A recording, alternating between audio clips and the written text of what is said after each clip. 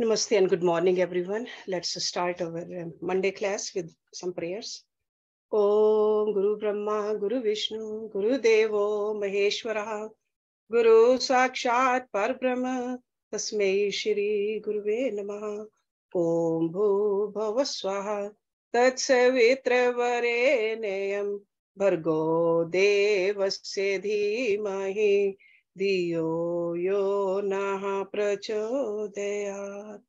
Asto ma satgamya, tamso ma jyotirgamya, mrityur ma amritam gamya. Om sehna bhavatu, sehna bhunaktu, saviryam karvavahi, tejasvi navadhitamastu, ma vidvishavahi. Om Shanti Shanti Shanti Om. Let's open our books, Shiv Purana.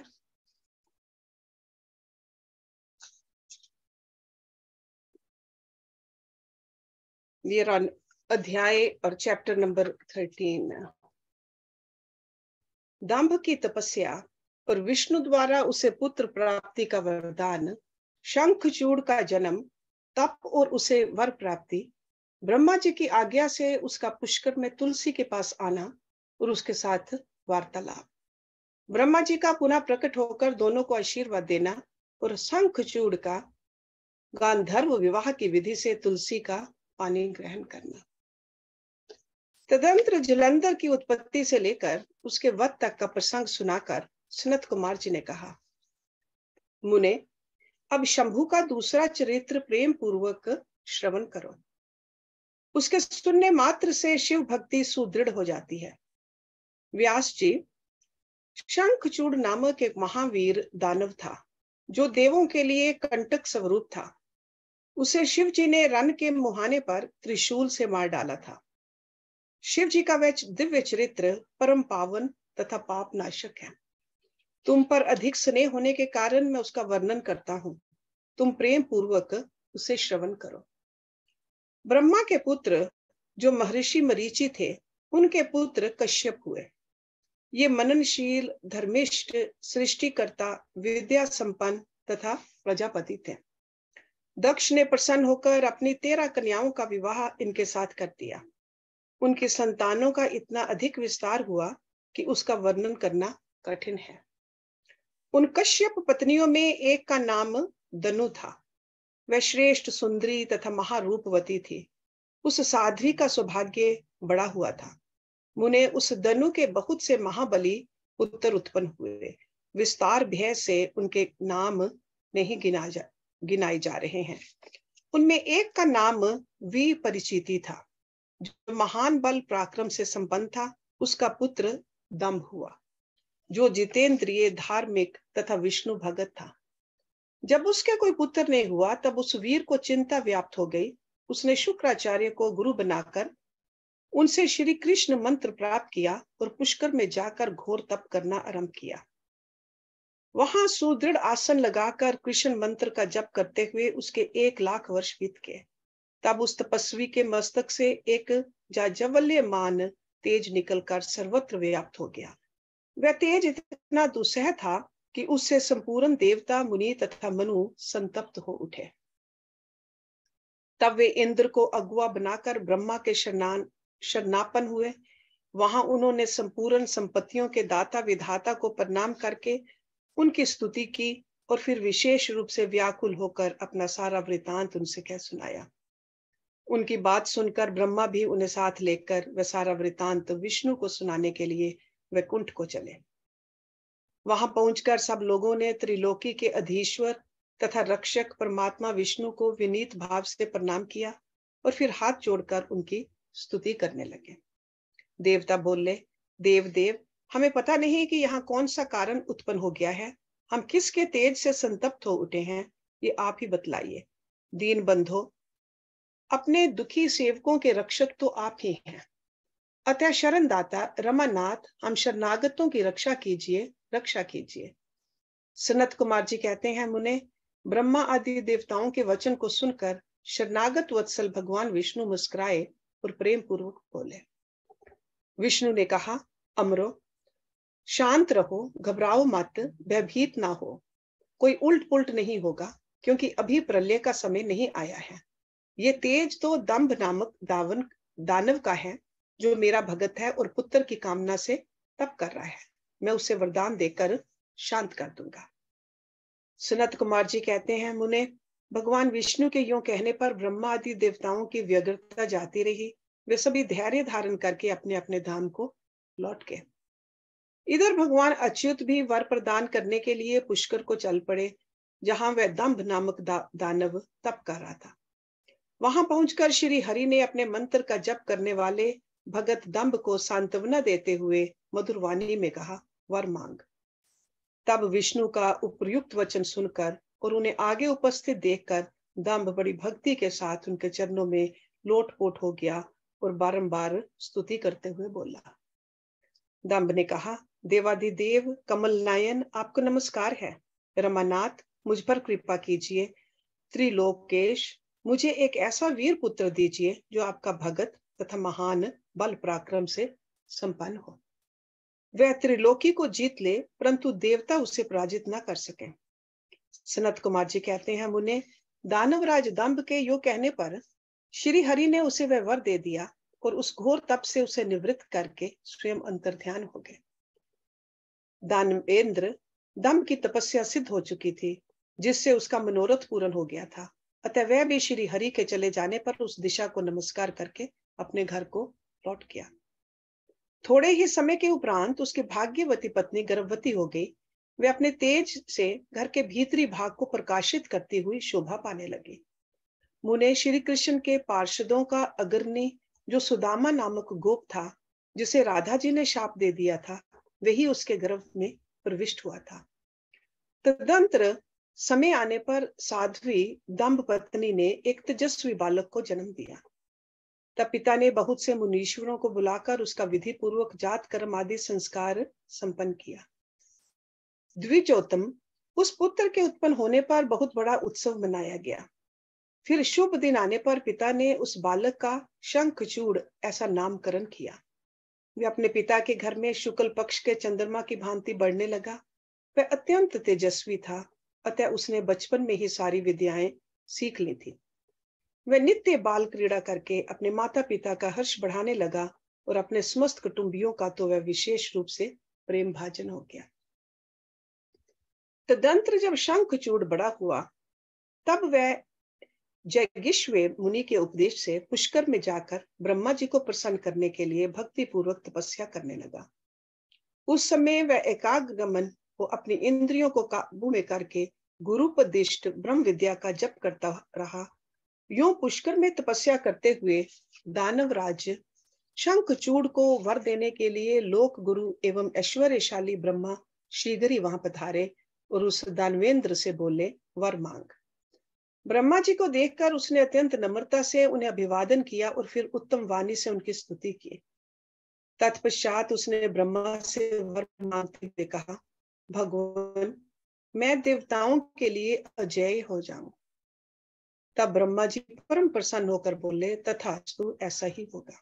फिर उन्होंने शंखचूड़ को वह दिव्य श्री कृष्ण कवच प्रदान किया, जो जगत के संपूर्ण मंगलों का भी मंगल और सर्वत्र विजय प्रदान करने वाला है। तदंतर ब्रह्मा जी ने उसे आज्ञा दी कि तुम बद्रीवन को जाओ। वहीं धर्म ध्वज की कन्या तुलसी सकाम भाव से तपस्या कर रही है, तुम उसके साथ विवाह कर लो। यूं कहकर ब्रह्मा जी उसी क्षण उसके सामने ही तुरंत अंतर्ध्यान हो गए।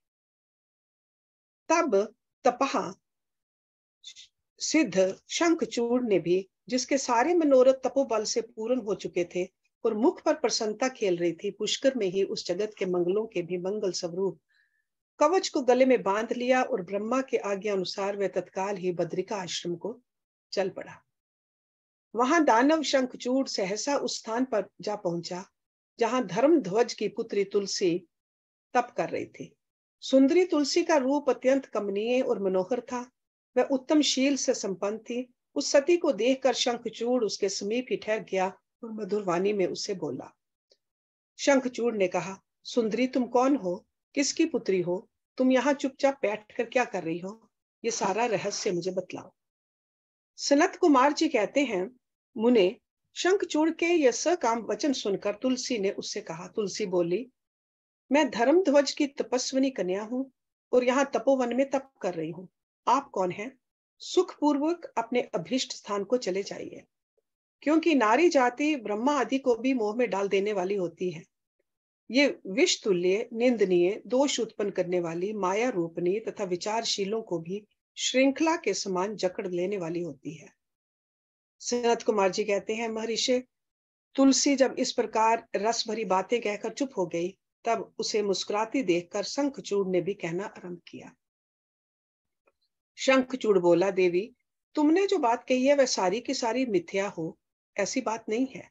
उसमें कुछ सत्य है और कुछ असत्य भी। इसका विवरण मुझसे सुनो। शोभने, जगत में जितनी पतिव्रता नारियां हैं, उनमें तुम अग्रणी हो। मेरा तो ऐसा विचार है कि जैसे मैं पाप बुद्धि कामी नहीं हूं, उसी प्रकार तुम भी काम पराधीना नहीं हो। फिर भी इस समय मैं ब्रह्मा जी की आज्ञा से तुम्हारे समीप आया हूं और गांधर्व विवाह की विधि से तुम्हें ग्रहण करूंगा। भद्रे, क्या तुम मुझे नहीं जानती हो अथवा तुमने कभी मेरा नाम भी नहीं सुना है? अरे, देवताओं में भगदड़ डालने वाला शंखचूड़ मैं ही हूं। मैं दनु का वंशज तथा दंभ नामक दानव का पुत्र हूँ। पूर्व काल में मैं श्री हरि का पार्षद था। मेरा नाम सुदामा गोप था। इस समय मैं राधिका जी के शाप से दानव राज शंखचूड़ होकर उत्पन्न हुआ हूँ। ये सारी बातें मुझे ज्ञात हैं, क्योंकि श्री कृष्ण के प्रभाव से मुझे अपने पूर्व जन्म का स्मरण बना हुआ है। सनत कुमार जी कहते हैं, मुने, तुलसी के समक्ष यूं कहकर शंखचूड़ चुप हो गया। जब दानव राज ने आदर पूर्वक तुलसी से ऐसा सत्य वचन कहा, तब वह परम प्रसन्न हुई और मुस्कुराकर कहने लगी। तुलसी बोली, भद्र पुरुष, आज आपने अपने सात्विक विचार से मुझे पराजित कर दिया है। जो पुरुष स्त्री द्वारा परास्त न हो सके, वह संसार में धन्यवाद का पात्र है, क्योंकि जिसे स्त्री जीत लेती है, वह पुरुष सदाचारी होते हुए भी सदा अपावन बना रहता है। देवता, पितृ और समस्त मानव उसकी निंदा करते हैं। जनना शौच तथा मरना शौच में ब्राह्मण 10 दिनों में, क्षत्रिय 12 दिनों में और वैश्य 15 दिनों में शुद्ध हो जाता है, तथा शूद्र की शुद्धि 1 मास में हो जाती है। ऐसा वेद का अनुशासन है। परंतु स्त्री से पराजित हुए पुरुष की शुद्धि चितादाह के अतिरिक्त अन्य किसी प्रकार से संभव ही नहीं है। इसी कारण उसके पितृ उसके द्वारा दिए हुए पिंड तर्पण आदि को इच्छा पूर्वक ग्रहण नहीं करते, तथा देवता भी उसके द्वारा अर्पित किए गए पुष्प, फल आदि को स्वीकार नहीं करते। जिसका मन स्त्रियों द्वारा आहत हो जाता है, उसके ज्ञान, उत्तम तप, जप, होम, पूजन, विद्या और दान से क्या लाभ? अर्थात उसके ये सभी निष्फल हो जाते हैं। मैंने आपके विद्या प्रभाव और ज्ञान की जानकारी के लिए ही आपकी परीक्षा ली है, क्योंकि कामनी को चाहिए कि वे अपने मनोनीत कांत की परीक्षा करके ही उसे पति रूप में वर्ण करे। सनत कुमार जी कहते हैं, व्यास जी, जिस समय तुलसी यूं वार्तालाप कर रही थी, उसी समय सृष्टिकर्ता ब्रह्मा वहां आ पहुंचे और इस प्रकार कहने लगे। ब्रह्मा जी ने कहा, शंखचूड़, तुम इसके साथ क्या व्यर्थ में वाद विवाद कर रहे हो? तुम गंधर्व विवाह की विधि से इसका पानी ग्रहण करो, क्योंकि निश्चय ही तुम पुरुष रत्न हो और ये सती साध्वी नारियों में रत्न स्वरूपा है। ऐसी दशा में निपुणा का निपुण के साथ समागम गुणकारी होगा। फिर तुलसी की ओर लक्ष्य करके बोले, सती साध्वी तुलसी, तू ऐसे गुणवान कांत की क्या परीक्षा ले रही है? ये तो देवताओं, असुरों तथा दानवों का मान वर्धन करने वाला है। सुंदरी, तू इसके साथ संपूर्ण लोकों में सर्वदा उत्तम उत्तम स्थानों पर चिरकाल तक यथेष्ट विहार कर। श्रीरांत होने पर यह पुनः गोलोक में श्री कृष्ण को ही प्राप्त होगा, और इसकी मृत्यु हो जाने पर तू भी वैकुंठ में चतुर्भुज भगवान को प्राप्त करेगी। सनत कुमार जी कहते हैं, मुने, इस प्रकार आशीर्वाद देकर ब्रह्मा अपने धाम को चले गए। तब दानव शंखचूड़ ने गंधर्व विवाह की विधि से तुलसी का पानी ग्रहण किया। यूं तुलसी के साथ विवाह करके वह अपने पिता के स्थान को चला गया और मनोरम भवन में उस रमणी के साथ विहार करने लगा। So remember that this Sudama is not the same Sudama which we know, Krishna Bhagat or Krishna Sakha. Okay, this was a gop, one of the gop in Vrindavan. Shankhachud का असुर राज्य पर अभिषेक और उसके द्वारा देवों का अधिकार छीना जाना, देवों का ब्रह्मा की शरण में जाना, ब्रह्मा का उन्हें साथ लेकर विष्णु के पास जाना, विष्णु द्वारा शंखचूड़ के जन्म का रहस्य उद्घाटन और फिर सबका शिव के पास जाना और शिव सभा में उनकी झांकी करना तथा अपना अभिप्राय प्रकट करना। सनत कुमार जी कहते हैं, महर्षि, जब शंखचूड़ ने तप करके वर प्राप्त कर लिया और वह विवाहित होकर अपने घर लौट आया, तब दानवों और दैत्यों को बड़ी प्रसन्नता हुई। वे सभी असुर तुरंत ही अपने लोक से निकलकर अपने गुरु शुक्राचार्य को साथ ले दल बनाकर उसके निकट आए और विनय पूर्वक उसे प्रणाम करके अनेकों प्रकार से आदर प्रदर्शित करते हुए उसका स्तवन करने लगे। फिर उसे अपना तेजस्वी स्वामी मानकर अत्यंत प्रेम भाव से उसके पास ही खड़े हो गए। उधर दंभ कुमार शंखचूड़ ने भी अपने कुल गुरु शुक्राचार्य को आया हुआ देखकर बड़े आदर और भक्ति के साथ उन्हें साष्टांग प्रणाम किया। तदंतर गुरु शुक्राचार्य ने समस्त असुरों के साथ सलाह करके उनकी सम्मति से शंखचूड़ को दानवों तथा असुरों का अधिपति बना दिया।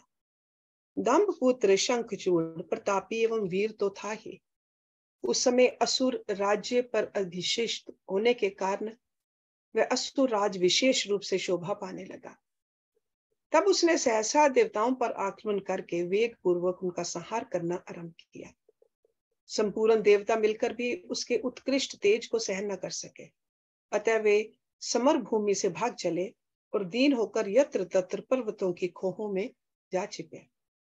उनकी स्वतंत्रता जाती रही, वे शंखचूड़ के वशवर्ती होने के कारण प्रभाहीन हो गए।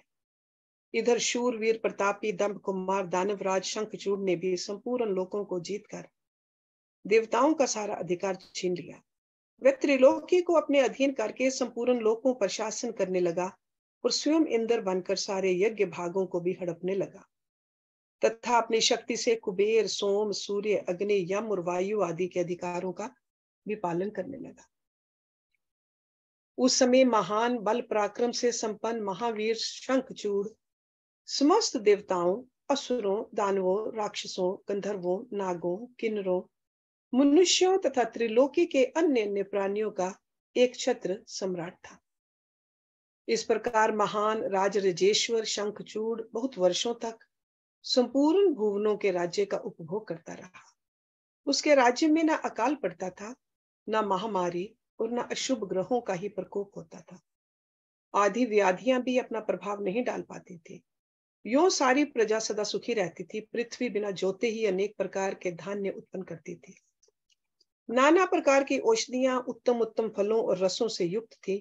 उत्तम उत्तम मणियों की खदानें थी। समुद्र अपने तटों पर निरंतर ढेर के ढेर रत्न बिखेरते रहते थे। वृक्षों में सदा पुष्प फल लगे रहते थे। सरिताओं में सुस्वादु नीर बहता रहता था। देवताओं के अतिरिक्त सभी जीव सुखी थे।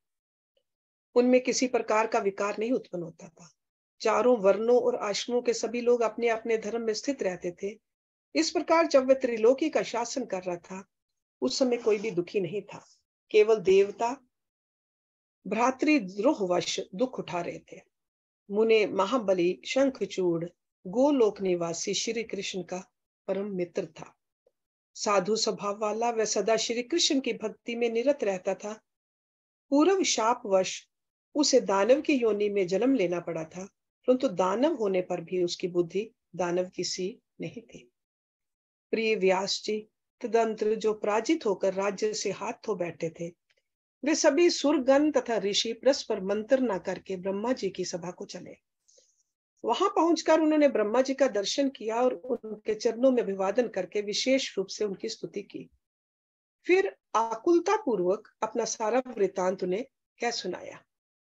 तब ब्रह्मा उन सभी देवताओं तथा मुनियों को ढाढ़स बंधाकर उन्हें साथ ले सत्पुरुषों को सुख प्रदान करने वाले वैकुंठ लोक को चल पड़े।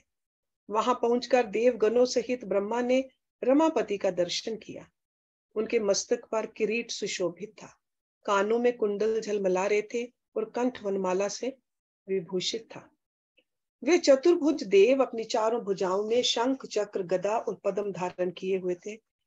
श्री विग्रह पर पीतांबर शोभा दे रहा था और सनंदन आदि सिद्ध उनकी सेवा में नियुक्त थे।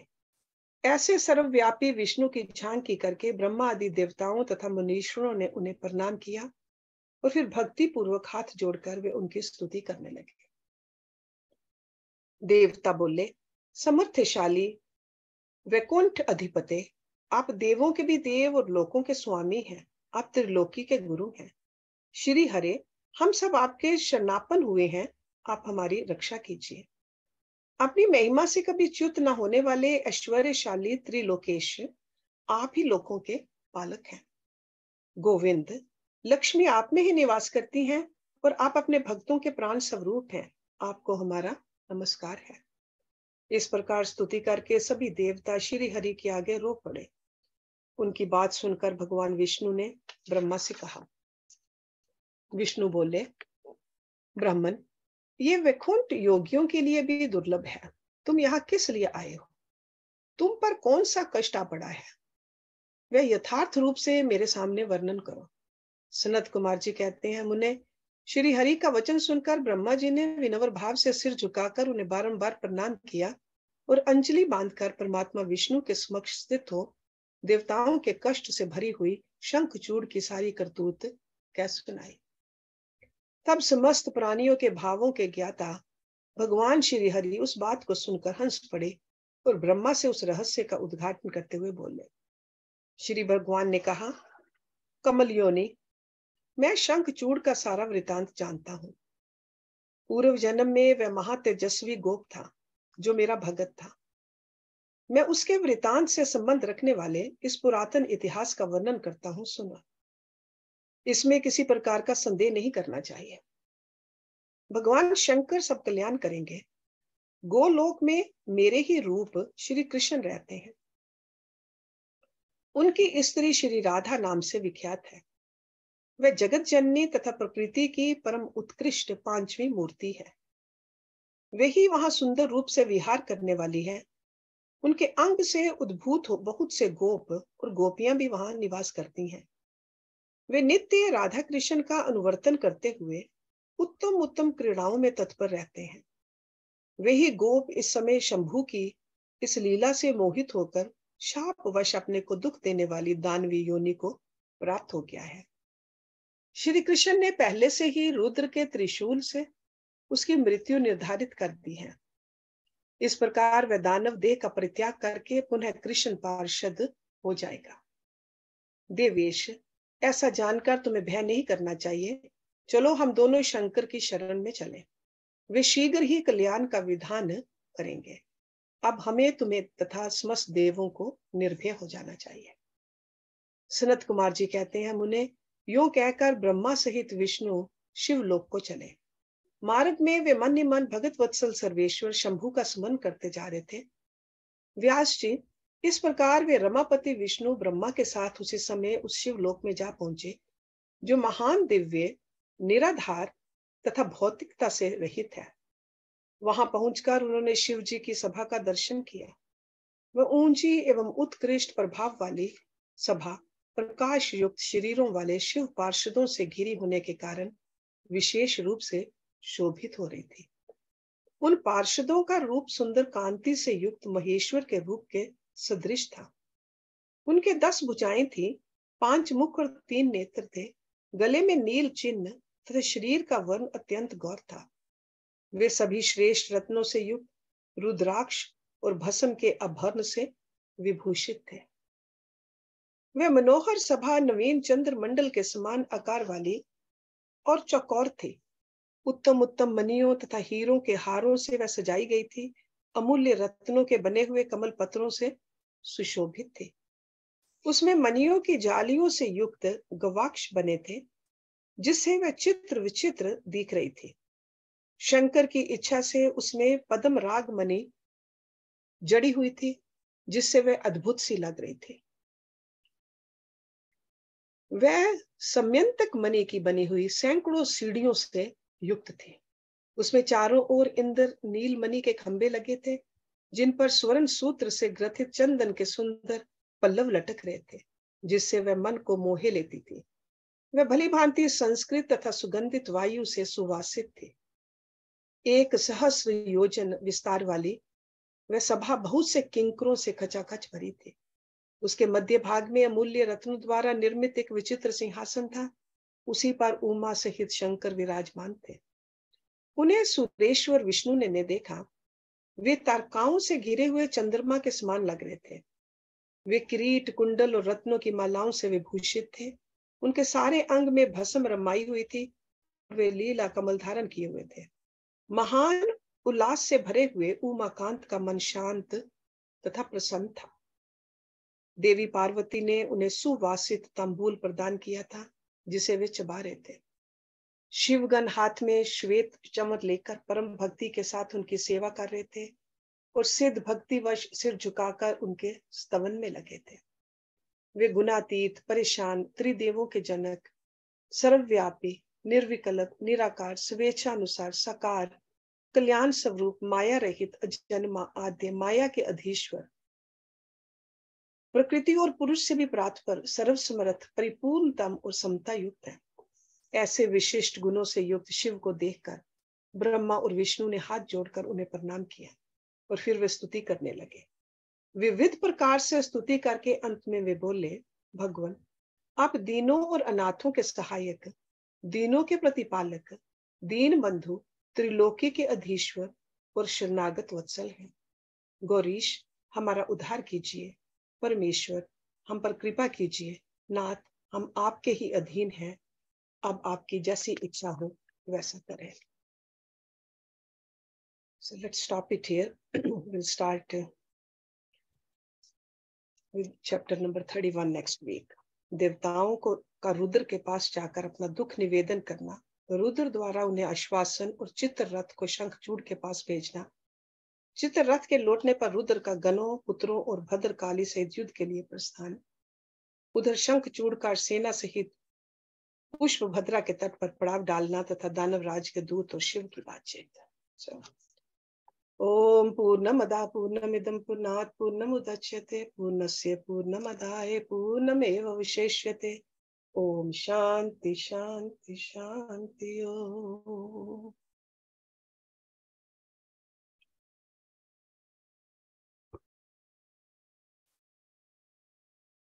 Thank you very much.